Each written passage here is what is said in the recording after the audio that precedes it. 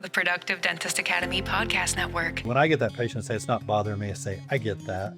And the problem is, I wish, this is going to sound bad, but I always tell the patients, I wish dental problems hurt. Because by the time it hurts, it's something else or it's too late. Welcome to a special edition of Everyday Practices Dental Podcast and Investment Grade Practice Podcast. Today, we're starting with one of the most sensitive topics in dentistry: why patients doubt the diagnosis. In this two-part series, we interview Dr. Wade Kifer, a practicing dentist out of Fayetteville, Arkansas.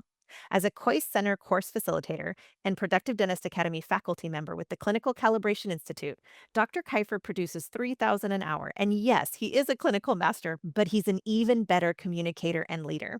In part one, Dr. Kifer walks us through how trust is built before the doctor ever enters the room, why your hygiene and doctor handoffs matter so much, and how to talk about risk, cracks, perio, and complex treatment without shame, pressure, or confusion. Let's jump in.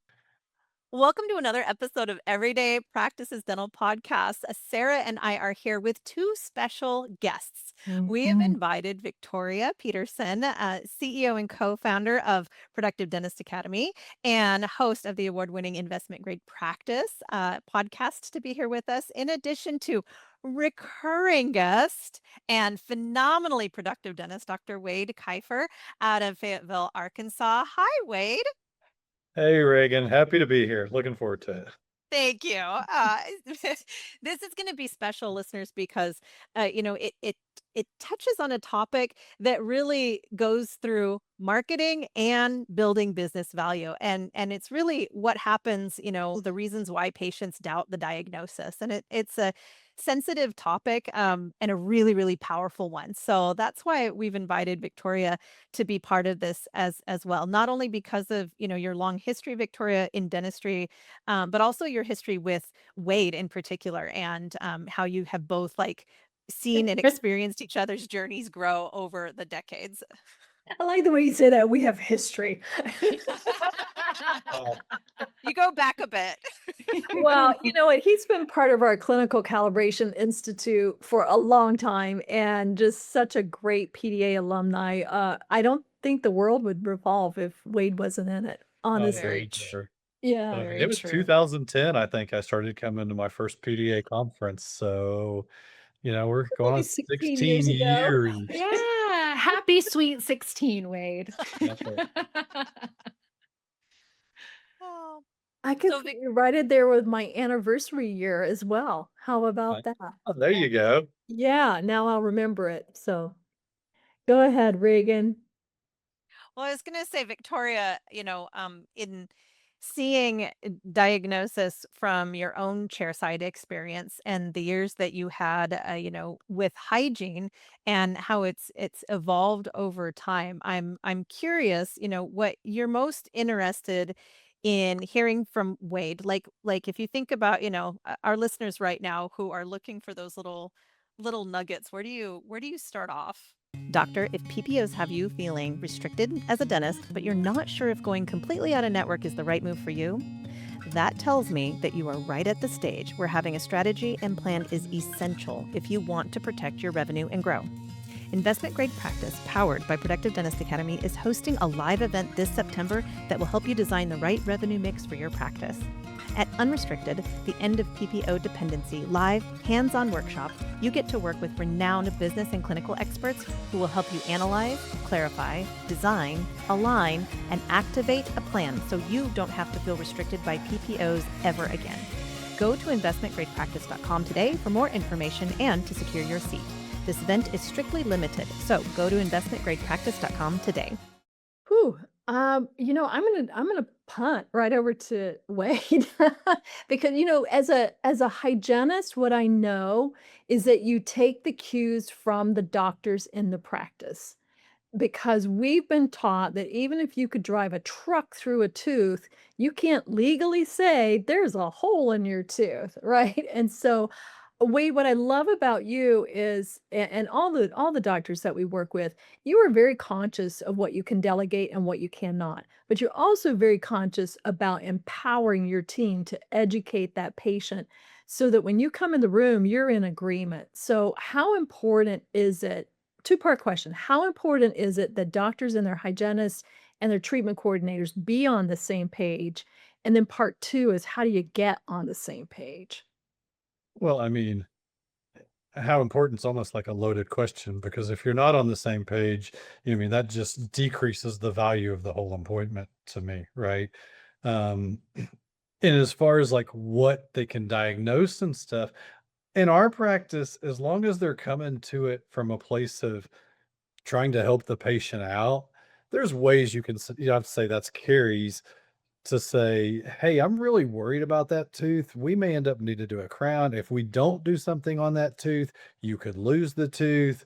I'm gonna get Dr. Kifer to check it." But they've already created that value for the patient for when I come in, the patient's almost like, "Okay, what can we do?" Right? My job's easy. And that's very valuable as opposed to they don't say anything. If I find something that the hygienist didn't see and I look up and now I've got to start from scratch because the hygienist has said, because when I look in the mouth, I say, "Did you notice anything going on?" And so Mm. while I'm looking, she's telling me certain areas to look and double check.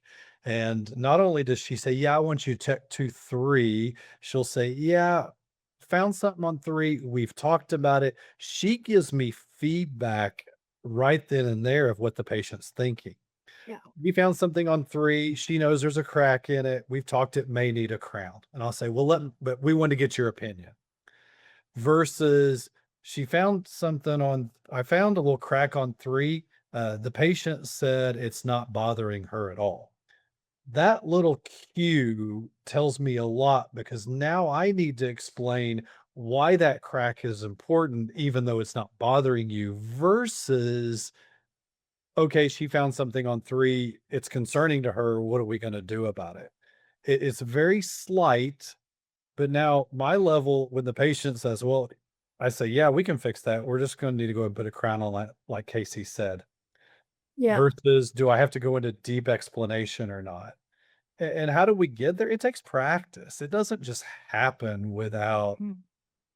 post-appointment meetings where we go, "Hey, you said this, I thought this, what were you thinking there?" They don't have to be deep, deep conversations, but just at the end of the day, you talk over 1 or 2 patients with each hygienist, and over time, you just get on the same page, and life's much easier that way. Oh, Wade, something that you just said sparked what I think so many dentists and dental teams experience every day, which is those patients that you know you've diagnosed the correct treatment, but they say, well, that one's not bothering me. And now that doubt starts to creep in from the patient perspective. So tell us a little bit more about how do you help the patient understand because I know risk factors for you is part of just an everyday conversation. But walk us through how you take that doubting patient into treatment acceptance but it's not hurting me, Dr. Kiefer. Yeah, so let's just do that crack in a tooth, and I'm not just talking a craze line, but maybe you can get the explorer tip in there. And so when I get that patient say, "It's not bothering me," I say, "I get that." And the problem is, I wish this is gonna sound bad, but I always tell the patients, I wish dental problems hurt, because by the time it hurts, it's something else or it's too late, right? And so I just look at it and say, "I wish this would hurt you only so you'd take care of it when we can, and it's not an extraction and maybe an implant or a root canal." So in a case like yours, where I've got this, your risk of this tooth breaking. Now, listen, I have plenty of work. I don't need to find things. And so if you don't do anything, that's fine. I am not going to pressure you, but I wouldn't be doing my job if I didn't say this Mm. was at a higher risk of future problems. And on me or my wife, I'm putting a crown on that tooth 10 times out of 10. You know what I love about that is that you preemptive the story and the doubt when it does break, if they didn't follow through with treatment on time, and now they don't come in blaming you. Why didn't you tell me this tooth was gonna break? Oh, we get them apologizing to us sometimes when they come in with a broken tooth or the toothache, That's pretty right? cool. And so Yeah. it's like, "You told me, I knew it." I said, "That's okay. We'll deal with it now." Right? So, Woulda, coulda, shoulda. Wade, you're a but tremendous communicator, and I don't think that that can be overstated. It's just beautiful to hear you walk us through it, and I can always, transfer it over to my own personal experiences with healthcare and have been in the place of, "You told me, and I'm sorry," but that grace that you extend to them. A lot of dentists say that it's a non-judgmental environment, and I think you just demonstrated a true way that you really are non-judging, and you're there to truly help someone. I'm curious, what do you think patients are really asking themselves when they hear a diagnosis? Whether it's hurting or not hurting. What goes through their head? Or maybe you as your own patient yourself. What goes through your head when you hear a diagnosis that may be surprising? well, I always assume when I'm talking to the patient that they're gonna be skeptical. And I wanna give them permission to be skeptical. So, it's like Bruce and always say, "Handle the objection before the objection," right? So, when I'm doing that, I say, and all these things, I say, "We take pictures when we work so that you can see that crack," because if I don't get that crack in time, you could end up with needing a root canal or losing the tooth.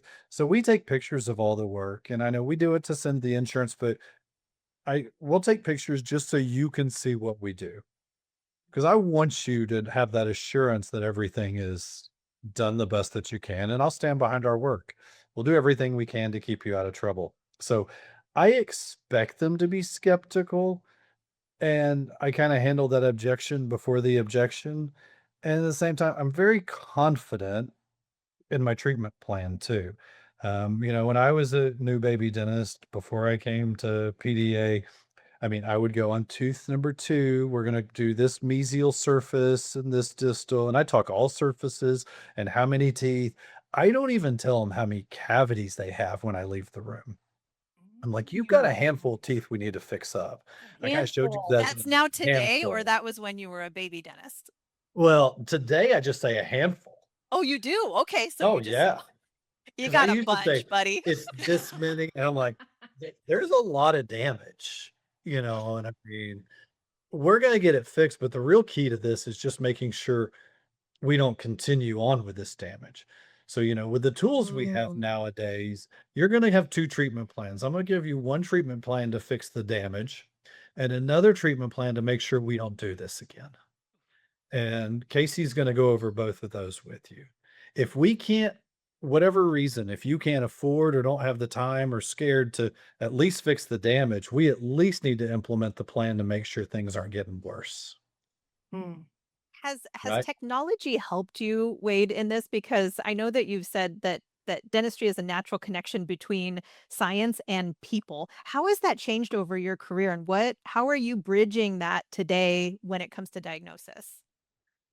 Well, I actually look forward a little bit to AI and the different technologies as it comes forward because, when we can run a spit test and tell that you have perio disease from enzymes and things, I think that'll take a lot of it because now as dentists, I think we have it harder than a lot of medical professionals because probing depths are kind of subjective.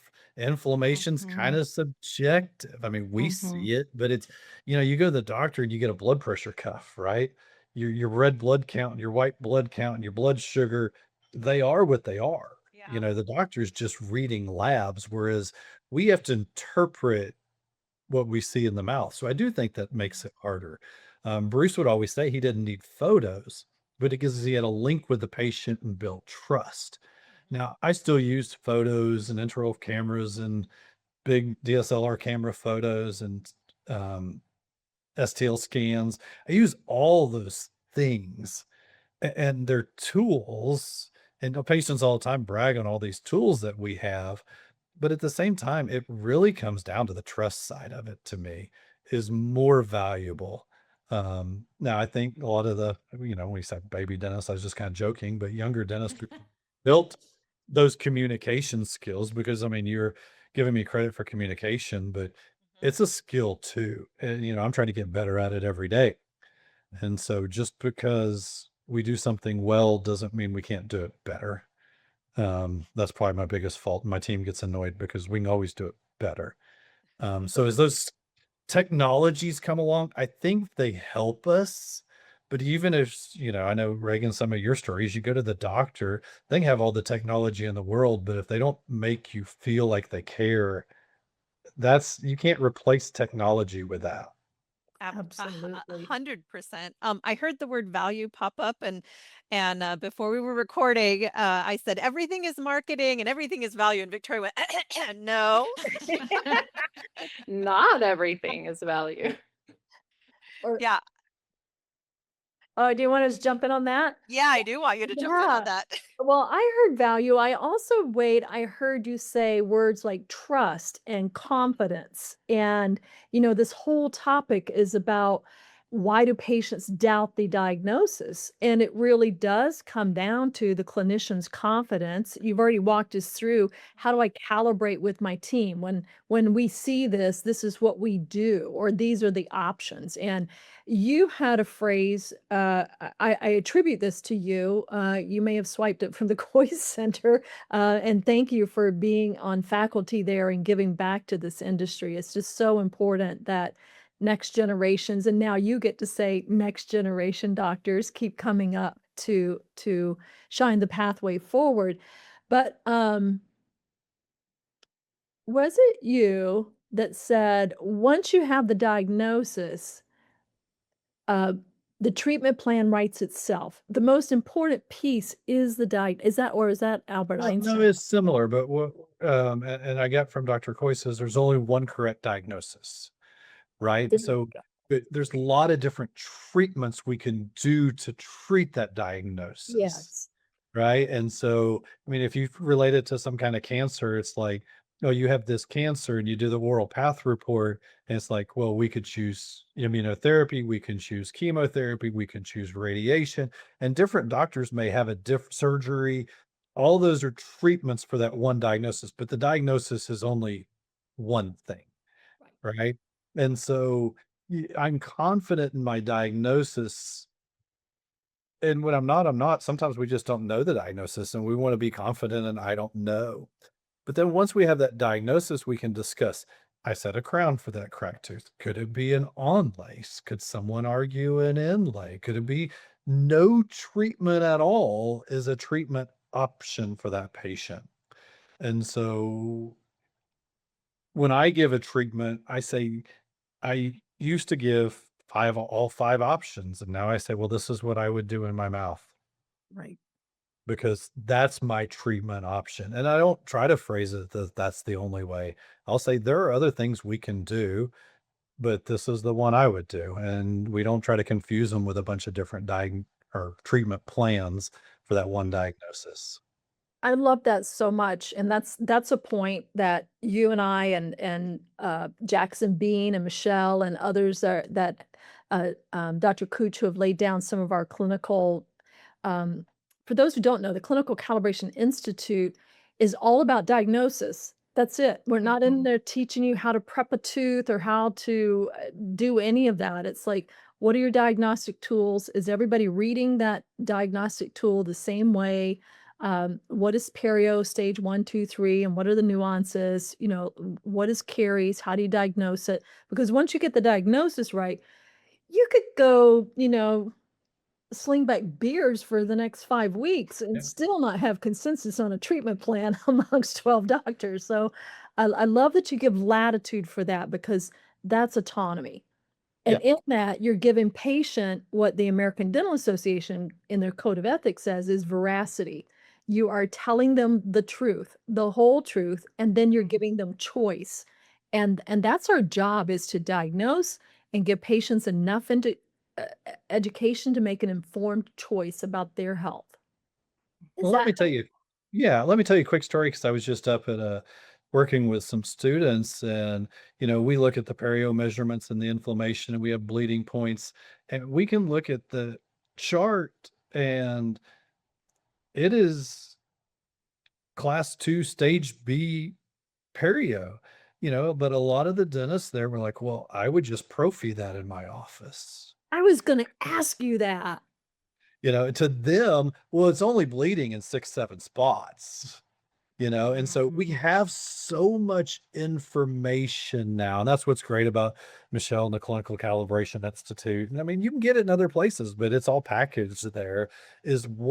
How do you diagnose these things? Because when we're missing that diagnosis, then we're not giving the patient the best options, because that affects their total health, right? It's related to dementia and heart disease and diabetes and all these things. And we know this without a doubt. So if you're not trained on the diagnosis, now, once you get that diagnosis, we can discuss arrestin versus scaling and root planing versus lasers versus perioportiming, I mean, whatever. But if you Versus don't get the manipulating, diagnosis right? right in the first place, then Right. yeah, you're Why do lost we from the have start. that gap? I'm just gonna nerd out. That Let me for a second. Why do we no, have this gap between prophy and periodontal therapy? I mean, every doctor I have ever yeah. onboarded, the first question I ask clinically is, what's your philosophy of care when it comes to periodontal therapy? And the answer is always, it depends. And I'm like, "On what?"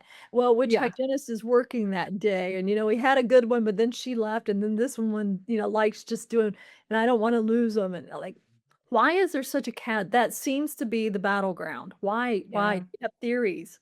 I don't know, because I get the occlusion one is harder to diagnose unless you have the background of training, but Yep. caries and perio should be the same diagnosis Mhm. on everyone. I mean, it is laid out. If you have this much bone loss and this much inflammation, you tie in these factors. I mean, the American Periodontal Association has it all laid out, and it It's is even on what a it is. laminated sheet. Oh, I knew. We have it on a laminated sheet, and we go over it with the whole team, right? Because every hygienist should diagnose it the same and tell Yes. me. And And do so, you think that we're getting, to the point where salivary testing is critical, or that's still adjunct? I use it salivary testing, but I will not say it's an always. And I'll give you an example. I had someone in today, um, 30 years since they've been to the dentist. There is tartar everywhere, 4 and 5 millimeter pockets. There's a little bit of bone loss, but I'm like, once I knock off the tartar, this patient's going to be golden. I mean, we got 35 years of buildup, and they've Right. still only got 2 millimeters of. They're not high risk. They're not high risk. Now, they need scaling and root planing. They are a periodontal patient, but once we clean them up, now I'm actually using the periodontal testing on all the patients we define find perio on that have been coming to their cleanings. Because now Ah. we don't Mm. have a cause. I don't have 35 years of neglect. I got someone who's doing everything and they're still Ye breaking down. yes. Right? So if I've got you doing everything you're doing everything I've told you to do and you're still breaking down, then I've got to do the pathogen testing and viral testing. And what is it? What's the cause? Because I want to treat the cause, because you're doing everything right already and we're having problems. That's not normal. But I'm not going to brush those problems under the rug because you've been coming in every 6 months either, Right. because that's not Do the you think that diagnosis. do you think that explaining these diagnostic tools and these risk factors give patients confidence and remove some of that doubt? Personally, for me, I do. I think it fits into my communication style of why we have the problems we have. Because I'm really big on putting the blame on the disease, not on the person. Right. What does that sound like? Mm. Well, in my practice, for example, I'll use an analogy. I'll say, do you know cavities is the most common transmissible disease in the world? We also know that periodontal disease is a transmissible disease too. They're both bacterial infections. Sometimes they have some viral or fungal components. And if it was all about you, meaning if you did a good job taking care of your teeth, you'd have nothing. If you did a bad job taking care of your teeth, you'd have periodontal disease and cavities. And you can't imagine how many of my patients have one and not the other. So what I tell Mhm. you is it's not about you. So just like eating right and exercising gives you a better chance of health, it does not guarantee health. I mean, I had a heart attack when I was 37 and I weighed 160 pounds, right? And Yeah. so when we do all that, you have to take in your body's response. And for Mm. you, and when I'm talking to a patient, you're doing a great job. I had this conversation today. 35 years, you don't have a single cavity in your mouth, but you've got gum disease. And is Right. that fair? Depends on how you look at it, you know? I mean, everyone's different. So we're going to take what you have and come up with a plan for you. So when a patient asks me, how often do I need to come back? I say, often enough to keep the disease away. Oh, wait, I love what you're saying because my dad, for example, he would say to me, "Oh, Sarah, I hate going to the dentist because no matter what I do, I feel like it's so negative and they're telling me like I feel like they're telling me that I don't brush my teeth and I don't take care of my teeth because he still has his wisdom teeth. So those periodontal pockets are, harder for him to take care of. And what I love what you said is you're taking that emotion and kind of that judgment space that we talked about earlier, and you're removing that and just saying, "Hey, this isn't" I love when you said, "This isn't about you." Like, because we all take everything personally, right? But explaining that to the patient, I mean, talk about building trust, but also talk about now they're like, "Oh, there's a solution for me, and this isn't like every time I come in for my 6-month exam, I'm getting the shame, from Dr. Kifer." So I love that you talk about that. The other piece that I want to bring up is for those listeners who are just listening, Wade is in his consult room and has these huge, beautiful before and after mouth reconstructive cases flashing behind him. Yes, go to Big, YouTube, listeners. It's yeah, gonna be go to on YouTube. You'll be able to YouTube. see it. Wade does But the most beautiful smiles on the freaking oh, planet. Better yes. than celebrity doctors that I've seen. So yeah, look up Mhm. Wade Kifer. Yeah, He's Wade. such a celebrity But doctor that people don't know he's a celebrity doctor. How about that? That's I'm true. not on He's social actually, yeah, media. that's true. we gotta All the fix that, Wade. We gotta all fix the that. red carpets headed to Fayetteville. That's Yeah. what I'm we're pulling doing. us off Yeah. topic. I'm pulling us off topic. Well, to bring us back where I was going was so this leads into kind of that other periodontal plus just those big overwhelming Mm, treatment plans that you talk about with the patient. So yes, you do a great job of explaining the diagnosis and what is the risk factor, but the reality is that a lot of our patients get overwhelmed with either the amount of treatment that's needed, the cost, the time that could be an investment on their end. So how do you make that clear for them, and how do you get them to say yes to something that can be very overwhelming? Um, the biggest thing I think I do to say yes is because not everyone's gonna say yes, but that doesn't mean they don't deserve the opportunity, at least. Mm. Um, so, what I want to do is say how we got here. And I mean, it sounds bad because I've said this before, but if I can get down to the patient of what they're bothered by, what they want, and I say if I can get emotionally connected enough to get them to cry, to open up about whatever they have going on, then I Ah, know I've got them, right? And mhm. sometimes they just can't afford the treatment, but it doesn't mean they won't afford the treatment forever. It just means Right. not right now. And so when we give plans, some of these plans are 30, 40, 50, 60 plus $1,000 right then. We're doing one now that he's going to do a huge case, but he only has 10,000 to start. So we're doing some minor restorations and some Invisalign. And I mean, sometimes it just sucks, and this is life. If you've got $1,000 budget and your teeth are worn down, you just can't fix everybody. And I mean, it almost pulls at Yeah. your heartstrings a little bit, but at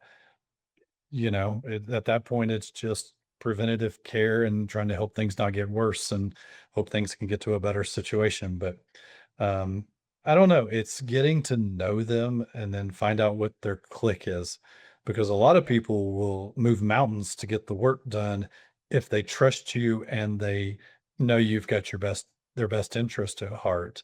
And then there's other times that no matter what you do, it's just not going to work. My favorites are some of the patients that can't get the work done, but still refer us patients because they trusted us.